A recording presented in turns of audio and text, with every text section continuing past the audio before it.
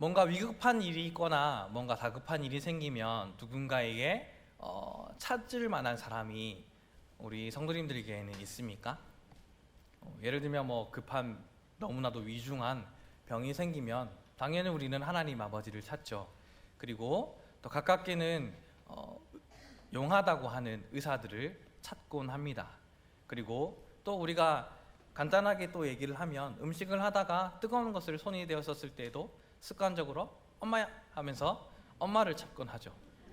가깝게 아빠, 엄마가 우리에게 아버지, 어머니가 얼마나 소중하고 든든한 존재인지를 알고 있기 때문에 그런 것 같습니다.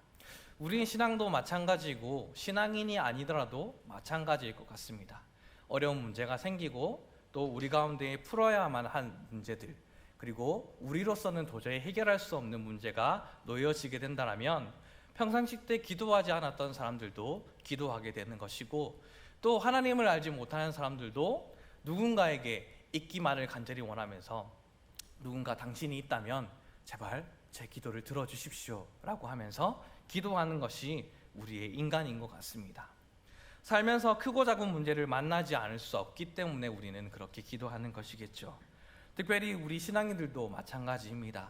똑같은 세상을 살아가기에 다른 사람들과 구별하지 않게 또 차별하지 않게 다가오는 것이 우리 삶의 어려운 문제들일 것이고, 그렇기에 우리는 그것을 해결하기 위해 하나님을 찾고 또 해결할 힘을 얻기 위해 해결하시는 그 도우심을 구하며 기도하는 인생을 살아갈 겁니다.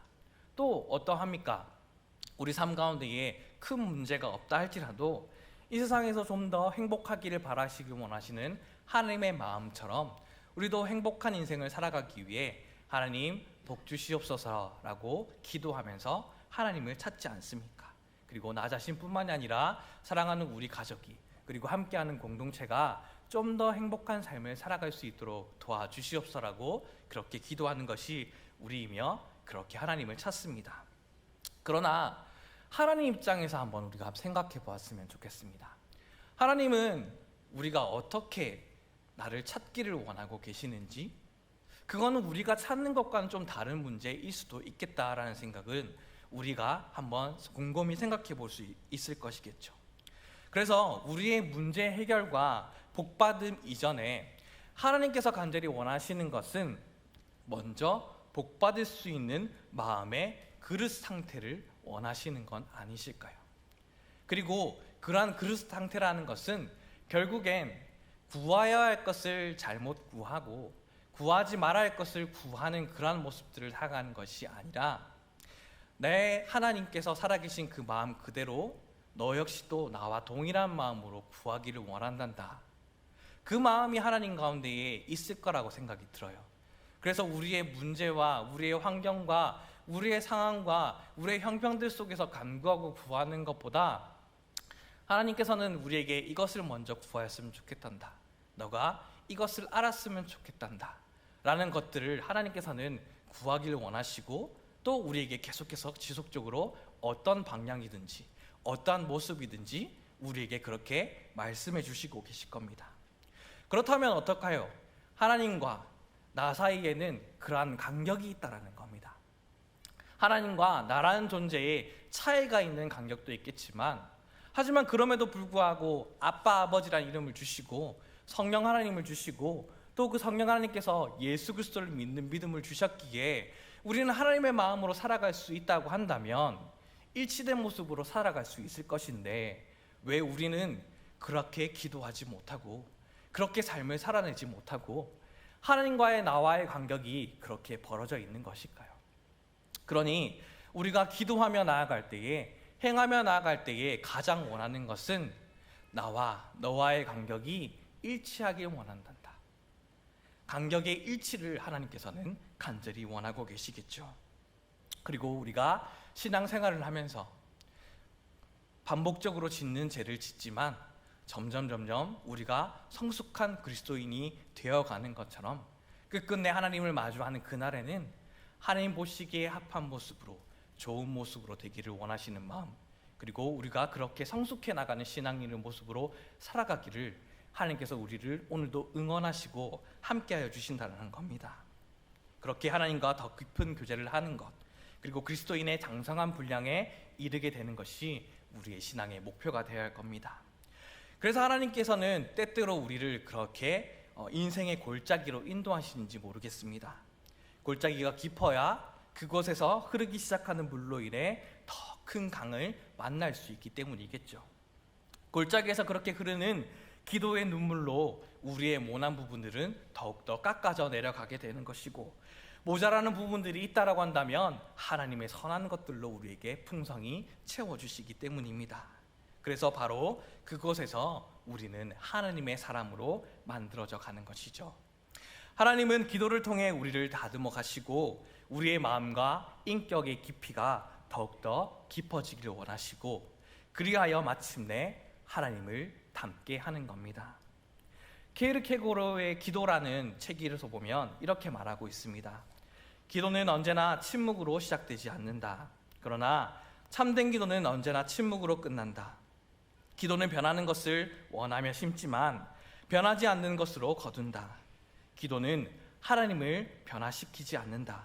기도의 능력은 기도하는 사람 안에서 일어나서 결국은 사람을 변화시킨다. 이 책에 나와 있는 것처럼 기도는 최종적으로 기도하는 우리 자신을 변화시킵니다. 이것이 다른 종교와 다른 기도와 하나님을 아버지로 여기는 우리의 기도와 다른 점이겠죠.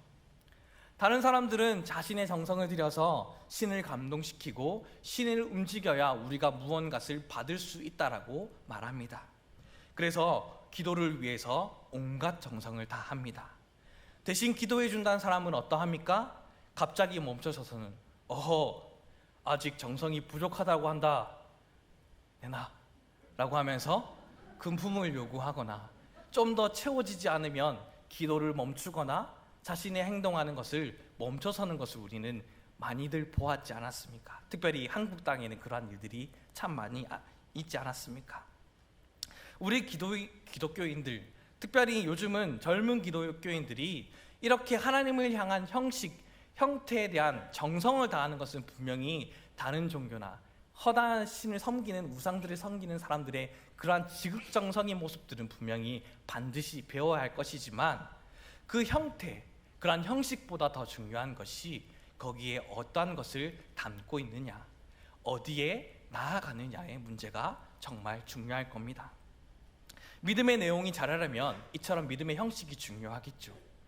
주일 성수하는 것, 그 성수를 하는 행동, 성경 공부를 하러 가는 것, 그 성경 공부를 하는 행위, 전도하는 것, 헌금을 드리는 것, 성도가 함께 교제하는 것, 봉사하는 것, 내 마음이 그렇진 않다 할지라도 나의 그러한 모습과 마음들 속에 나의 모습이 설령 그렇지 않다 하더라도 하나님을 조금 더 알아가겠습니다 라는 마음으로 우리가 나아간다면, 하나님의 은혜의 시간을 바라는 우리 가운데에 성실하게 참여하는 사람들에게 하나님의 은혜를 부어주셔서 믿음이 자라나게 하시는 것이죠.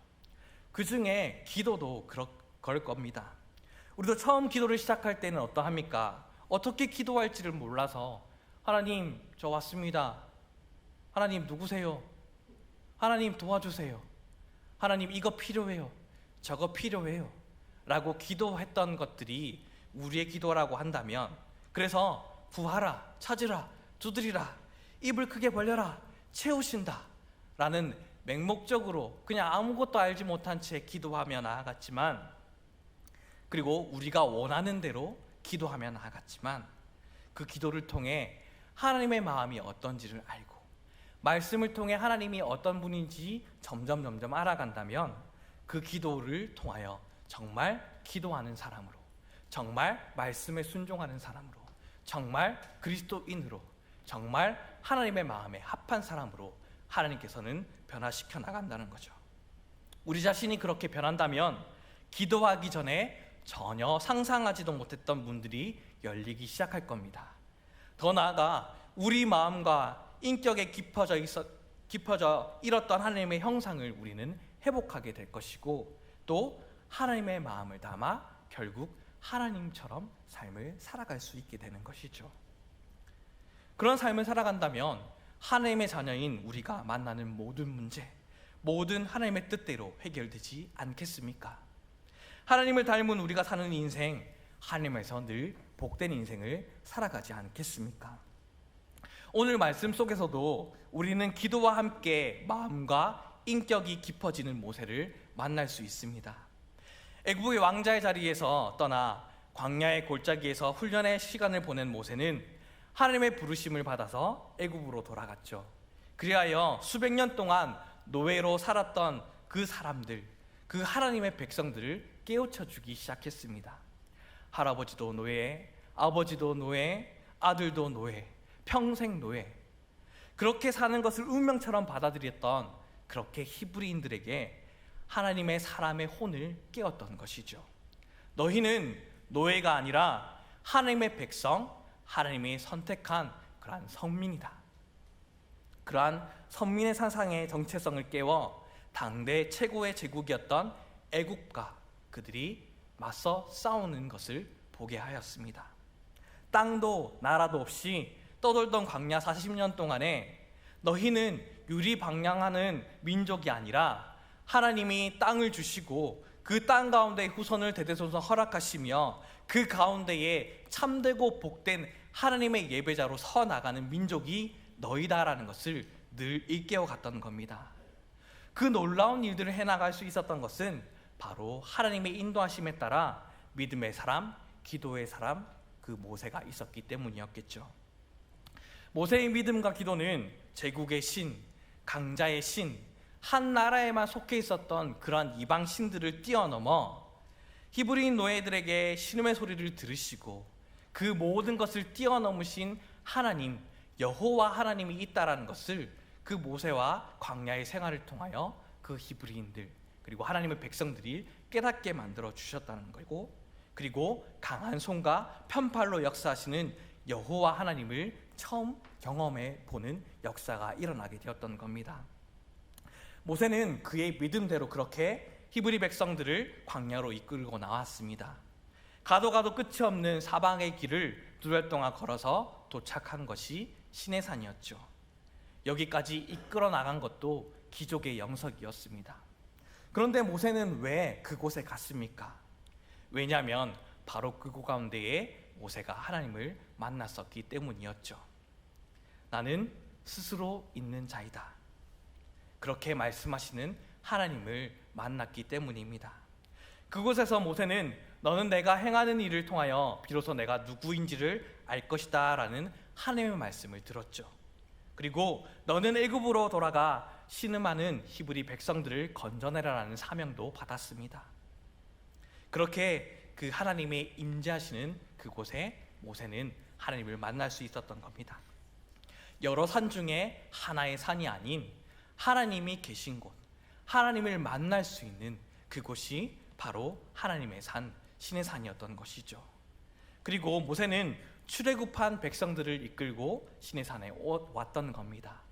이 산에서 이제는 본인과 개인과 하나님과의 관계가 서로 간에 맺었던 언약이 있었다라고 한다면, 이곳에서는 하나님과 이스라엘 백성과의 서로 간에 맺는 공동체적인 계약이 있게 되었던 겁니다.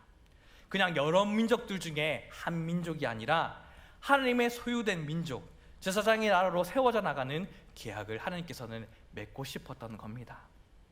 그래서 출애굽기 19장 5절에서 6절까지는 이렇게 기록하죠. 세계가 다 내게 속하였나니 너희가 내 말을 잘 듣고 내 언약을 지키면 너희는 모든 민족 중에서 내 소유가 되겠고 너희가 내게 대하여 제사장 나라가 되며 거룩한 백성이 되리라. 너는 이 말을 이스라엘 자손에게 전할지니라 라고 하나님께서는 말씀하셨습니다. 하나님은 이스라엘 백성과 계약을 맺고 선민, 제사장 나라라는 완장만 채워주신 것이 결코 아닙니다. 무늬만 하나님의 백성이 아니라, 무늬만 그리스도인이 아니라 정말 선민에 맞는, 하나님 나라, 제사장 나라에 맞는 걸맞는 행동들도 너희가 하기를 원한단다. 그러니 나와 언약을 맺고 그 약속대로 삶을 살아가자. 그 말씀을 하나님께서는 모세와 더불어 이스라엘 백성들에게 전해주기를 원하셨습니다. 하나님은 그렇게 완장만 채워준 것이 아니라 그렇게 언약을 맺었던 것들이 바로 계명이라 말할 수 있겠죠. 하나님께서는 그 모세를 통하여 계명을 주시고 그 계명을 통하여 아무런 영향력을 미치지 않고 살아가는 것이 아니라 그 삶을 통하여 구별된 그 나라를 통하여 살아계신 하나님을 증거하며 보이는 인생을 살아라라고 분명하게 말씀하셨다는 겁니다. 오늘날도 마찬가지입니다. 우리 가운데 모여서 기도하고 함께 말씀을 나누고 함께 흩어져서 삶을 살아라고 명령하셨던 것은 어떤 의미를 우리가 가질 수 있겠습니까? 바로 우리가 오늘도 어김없이 나와서 주의 말씀을 듣고 흩어지는 것이 아니라 너희가 말씀을 들었느냐? 그 말씀을 나의 말씀으로 받아서 나아가 세상 가운데 내가 살아있다는 것을 너희가 전하기 원한단다. 그게 선민인 나라, 제사장 나라인 너희에게 오늘도 내가 원하는 것이다. 그것이 오늘도 우리에게 말씀하시는 것이 아닙니까?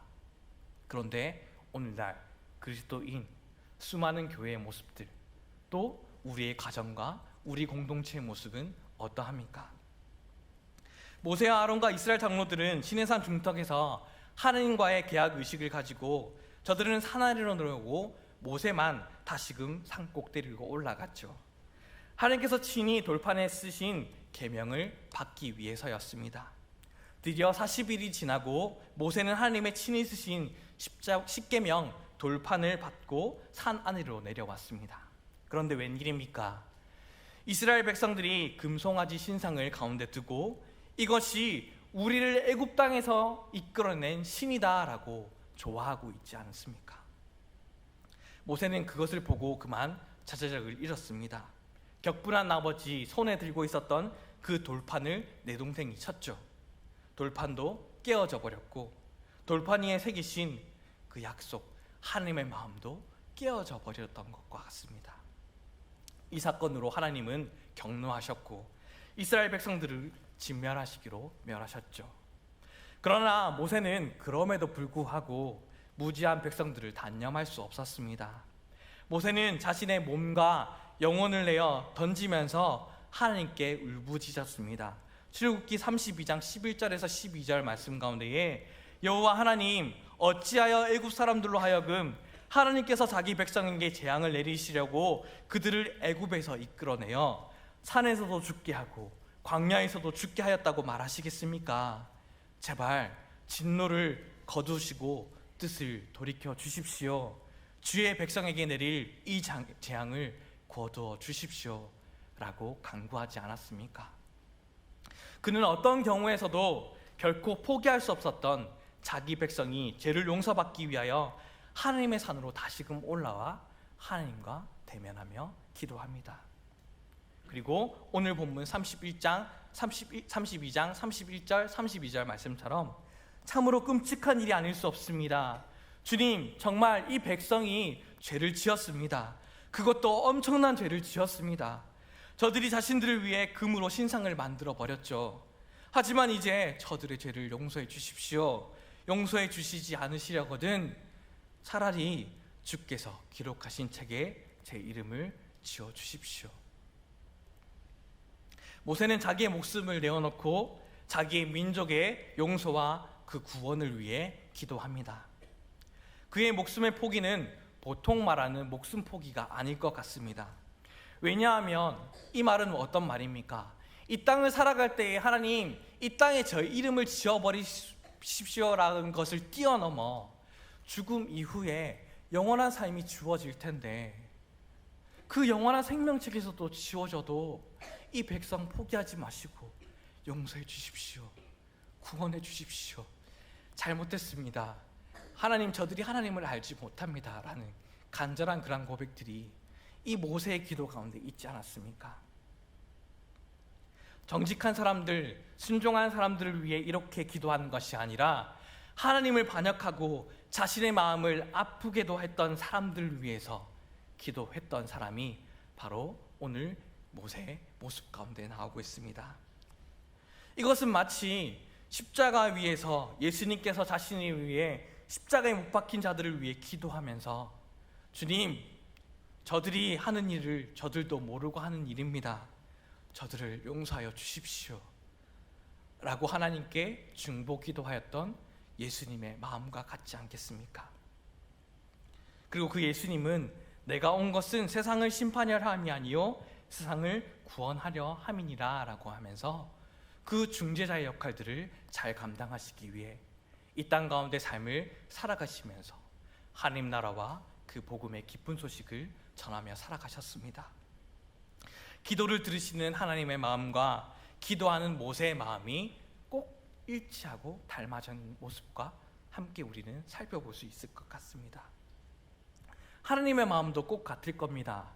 에스겔 18장 23절에서 말씀하죠. 주 여호와의 말씀에 내가 어찌 악인이 죽는 것을 조금인들 기뻐하랴. 그가 돌이켜 그의 제 길을 떠나 사는 것이 어찌 기뻐하지 아니하겠느냐. 호세아 11장 8절 말씀 가운데도 말씀하죠. 에비라임이여 내가 어찌 너를 놓겠느냐. 이스라엘이여 내가 어찌 너를 버리겠느냐. 내 마음이 내 속에서 돌이켜 나의 긍휼이 온전히 불붙는 듯 하는도다. 모세의 마음이 이처럼 노하기를 더디하시고 인자가 풍성하신 하나님의 마음을 닮아가게 되었던 겁니다. 하나님의 마음처럼 말이죠. 모세뿐만 아니라 사도 바울도 우리는 살펴볼 수 있을 것 같습니다. 서신서의 말씀 가운데 로마서 9장 1절과 3절 말씀 가운데서는 이렇게 기록하죠. 나는 그리스도 안에서 참말을 하고 거짓말을 하지 않습니다. 제 양심이 성령을 힘입어서 이것을 증언하여 줍니다. 나에게는 큰 슬픔이 있고 내 마음엔 끊임없는 고통이 있습니다. 나는 육신으로 내 동족, 내 결례를 위하는 일이라면 내가 저주를 받아서 그리스도에게서 끊어질지라도 달게 받겠습니다. 지도자 모세의 마음이 민족을 세우고자 하는 하나님 아버지의 마음이었습니다. 사도 바울도 기도가 민족을 구원하기를 원하는 하나님 아버지의 마음이었습니다. 오늘 모세의 기도가 또 우리가 함께 나누었던 바울의 마음에 그 양심에 찔리며 다가오는 것이 있다고 한다면 오늘도 우리가 하나님께 간구하며 기도하는 것, 또 오늘도 하나님을 바라보며 나가는 것이 어쩌면 나의 중심 가운데 나의 모습이 살아있어서 살아계신 하나님을 온전하게 바라보지 못하며 구하며 간구하며 하나님의 얼굴을 구하며 살아가는 그 모습이 있기 때문일 겁니다. 그러나 우리도 실망하지 말고 다시 한 번 더 하나님을 찾고 간구할 수 있는 것은 모세도 바울도 처음부터 이런 기도를 드렸던 사람이 아니었다라는 겁니다. 하나님의 능력으로 홍해의 바다를 가르셨고 쓴물을 단물로 만드셨고 하늘에서 만나와 메추라기를 내리셨고 아말렉을 물리쳤음에도 불구하고 르비딤에 이르러서 물이 없었을 때에 원망하는 백성들 때문에 하나님 저들이 이제 저를 돌로 치겠습니다. 하나님 어떡하실 거예요? 라고 따지겨 기도했던 자가 모세였죠. 그리고 무리바에서도 이스라엘 백성들이 물이 없다고 자신들을 너무나도 힘들게 할 때에 땅땅 반석을 치면서 내가 하나님이냐? 라고 노하면서 그들과의 불같이 화를 냈던 사람도 모세였습니다. 바울의 성질도 불같았죠. 하나님을 만나기 전에는 물론이거니와 전도 여행을 떠났었을 때에 자신과의 전도의 방법들이 일치하지 않는다고 했었을 때에 다시금 마가를 2차 전도 때에 데려갈 수 없다라고 다투었던 인물이 바로 바울이었습니다. 웬만큼 가까이 하고 싶지 않았던 사람들과 함께 하지 않고 싶었고 또 함께 선을 이루어 함께 할 수만 있다면 하나님의 사역들을 이루어 나갔음에도 불구하고 나는 그렇게 하지 못한다라고 나뉘었던 마음들이 사도 바울 가운데 있었던 것이죠. 그런데 오래 하나님 앞에 기도하며 하나님의 사역을 감당하다 보니 저들도 하나님의 마음을 알았던 것 같습니다. 인격이 자라났던 것 같습니다. 마침내 그는 자신만을 위해서 기도하지 않았고 자신의 눈을 더 지경을 넓혀 자신을 뛰어넘은 공동체를 생각하는 눈과 그 마음이 그 가운데 있었던 것 같습니다. 그래서 모세는 그 온유함이 지면의 모든 사람보다 뛰어나다라는 하나님의 평가를 받지 않았습니까? 저주받은 백성도 살려내고 하나님의 계명을 받아 가르치는 사람이 되었던 겁니다. 사도 바울도 마찬가지죠. 믿음, 소망, 사랑 중에 제일은 사랑이다라고 말할 수 있는 사람이 되었던 겁니다. 수많은 이방인들에게 십자가의 복음을 전하고 주의 몸된 교회를 세우는 사람이 되었던 겁니다. 하나님께서도 우리 각자에게 거룩한 하나님의 백성답게 살기를 간절히 원하고 계십니다. 오늘도 각자의 자리에서 리더로 서 있는 하나님의 사람답게 하나님의 마음으로 품고 사랑하며 기도하고 또 삶의 자리에서 각자의 사명을 잘 감당하기를 하나님께서 우리에게 또 원하고 계십니다. 그 중에 특별히 바라기는 지도자 모세의 마음이 민족을 세우고자 하는 하나님의 아버지의 마음이었던 것을 보게 하여 주셨던 것처럼 우리의 모습이 이와 같이 우리 세대가 이와 같이 바로 서기를 간절히 원하는 것처럼 나의 모습부터가 먼저 이 말씀에 붙여 하나님의 말씀 앞에 오늘도 온전하게 하나님을 바라볼 수 있는지 돌아볼 수 있기를 원합니다. 또 특별히 전화교회 차세대 캠프가 다음 주 7월 2일, 3일 초등부를 시작으로 진행됩니다. 우리 세대가 하나님을 온전하게 바라보는 것처럼 이 하나님의 세대가 다음 세대처럼 이루어져야 되지 않겠습니까? 하나님을 바라보고 하나님을 예배하는 예배자로 살아가는 것처럼 우리 다음 세대가 하나님의 말씀으로 굳게 서서 구별되이 하나님을 전하고 예배하는 자가 되어야 되지 않겠습니까? 하나님의 말씀, 그 계명을 지키고 말씀으로 굳게 살아가는 것은 연약한 우리 스스로는 할 수 없는 것을 우리는 너무나도 잘 압니다.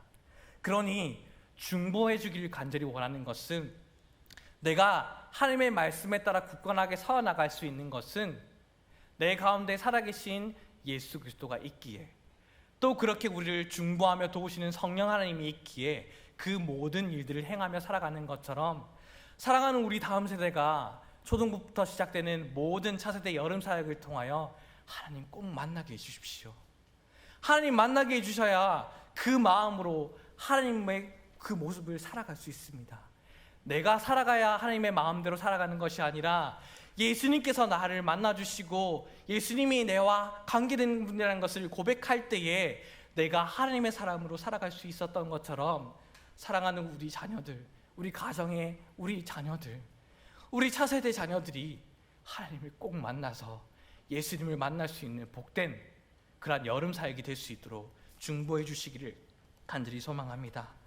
이것을 위해 이 모든 사역들이 우리 차세대만 중보하며 나가는 것이 아니라 살아가는 우리 가정이, 우리 온 교회가 함께 합심하여 연합하여 끝까지 기도하며 중보하는 복된 공동체로 하나님 앞에서 모든 생명이 구원받는 복된 인생을 살아가는 우리 귀한 공동체가 될 수 있기를 간절히 소망합니다.